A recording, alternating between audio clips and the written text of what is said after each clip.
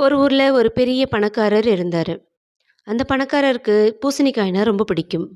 இந்த பணக்காரரோட பக்கத்து வீட்டுக்காரர் அவரோட தோட்டத்துல பூசணிக்காய் பயிர் பண்ணியிருந்தாரு.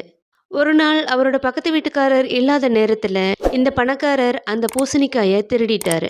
அத சமைச்சும் சாப்பிட்டுட்டாரு. இந்த விஷயம் எப்படியோ ஊருக்குள்ள தெரிஞ்சிடுச்சு.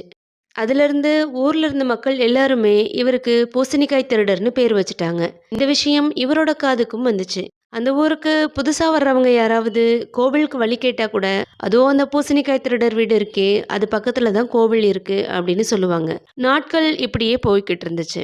இந்த பணக்காரரோட பேர குழந்தைகள் கூட இன்னைக்கு பெரிய பசங்களாயிட்டாங்க. ஆனா இவருக்கு பூசணிக்காய் திருடர்ன்ற பேர் மட்டும் போகவே இல்ல. இவருக்கு இது நெனச்சு நெனச்சு மன உளைச்சல் ஆயிடுச்சு. என்னைக்கோ நம்மளோட அறியாமையால செஞ்ச தப்புக்கு, இன்னமும் நமக்கு அந்த கெட்ட பேர் இருக்கே! அப்படின்னு நெனச்சு ரொம்ப மனசு வருத்தப்பட்டாரு இந்த பெரியவர். இதனால இவர் ஒரு ஞானிய சந்திச்சாரு.